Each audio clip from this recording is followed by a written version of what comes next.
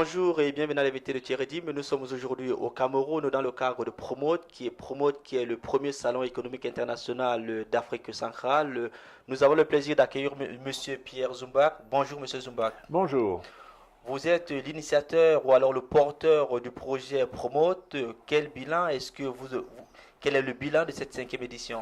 Écoutez, notre fondation qui a son siège à Genève, mais toutes ses activités en Afrique, n'est pas le promoteur, c'est l'organisateur désigné. Nous sommes toujours appelés par une autorité ou par un groupement pour faire une action d'intérêt général. Donc c'est pas nous qui initions l'idée, mais une fois qu'on a compris ce qu'on pouvait faire, et notamment dans les métiers de l'événementiel, on s'engage. Et le bilan de cette cinquième édition? Alors, ça n'a pas été facile parce qu'on a profondément modifié le site, puisqu'une partie du Palais des Congrès est occupée par le Sénat, ce n'était pas prévu. On nous a demandé de rester au Palais, on nous a demandé de maintenir les dates, et on a cherché des formules qui permettaient de retrouver au moins les mêmes espaces. Ça a marché, pas facilement, s'est greffé aussi des problèmes sécuritaires, particulièrement dans ce contexte. Sur ce plan-là, on est très satisfait que hier au soir, eh bien, ça s'est terminé dans de très bonnes conditions. Il n'y a eu aucun incident, rien du tout. On a géré beaucoup plus de visiteurs que les précédentes éditions, puisque c'est la cinquième qu'on vient de vivre. On a dépassé de 25 000 le nombre des visiteurs précédents. Pour vous, avec le recul, avec votre expérience, qu'est-ce qui fait le succès de Promote? C'est l'utilité. Nous n'avons pas importé une idée d'ailleurs.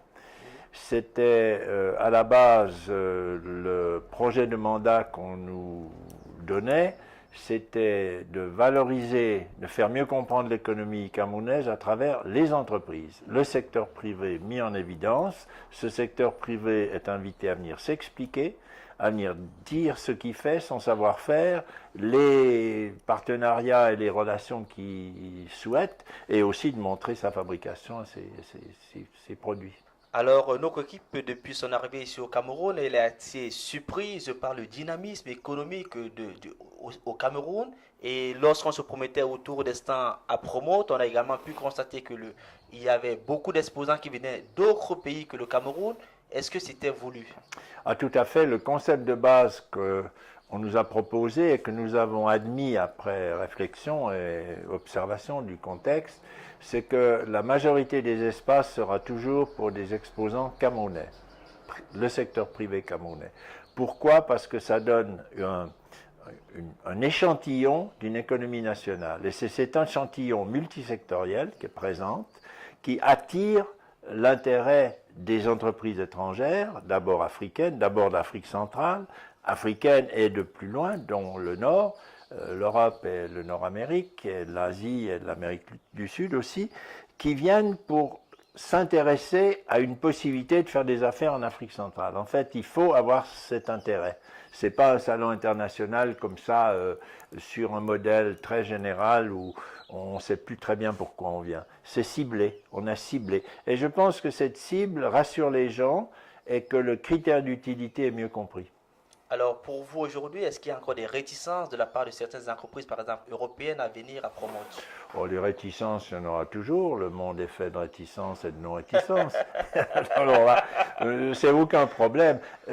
On ne force jamais. On fait un marketing qui est plutôt de l'information forte. On explique bien. Les 31 pays qui étaient ici à ce promote qui s'est fermé hier, on les a tous visités en 2 ans. On les visite. On cherche des organisations intermédiaires qui puissent elles-mêmes recruter dans leur milieu. On cherche la bonne piste. D'abord, on se fait conseiller par les ambassades ici. Si l'ambassade n'a pas, disons, exactement les contacts qui nous conviennent, on y va, on explore, et on est en général très bien reçu. Mais on laisse ensuite toute la souplesse voulue, il n'y a aucun forcing. Alors, ce qui surprend également quand on vient en promo, c'est de savoir que vous êtes pratiquement le seul salon autour de l'Afrique centrale. Pourquoi dans d'autres pays, on n'a jamais lancé une telle idée?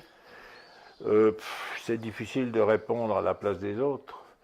Je pense que L'idée d'un salon international à partir d'un pays invitant n'est pas encore une idée qui est dans les priorités politiques. Les États sont plutôt encore à être introvertis sur leurs problèmes économiques. Il y a des concurrences entre les pays, même en Afrique centrale, qui font que on n'est pas encore arrivé à ce point de prise de conscience d'un milieu plus large qu'un pays. Promote, par le dynamisme des entreprises, a dans le fond passé ce barrage. Et c'est les entreprises qui montrent finalement à tout le monde que c'est avantageux pour tous et pour le progrès de l'économie. Et ça marche, et ça, c'est reconnu. Alors, la cinquième édition de Promote s'est achevée. On doit maintenant se lancer vers la sixième édition. Quels seront les nouveaux défis de cette sixième édition? Alors, les nouveaux défis seront faits de l'utilité qui sera remarquée en premier pour cette période. Donc, nous allons commencer dès fin janvier à écouter, à explorer. On sortira, je pense, les conditions pratiques, l'explication du concept de Promote 2017, février 2017, donc un peu plus de 2 ans et 2 mois, fin du premier semestre prochain, 2015, et après on a 1 année et demie pour faire les sensibilisations et les souscriptions voulues.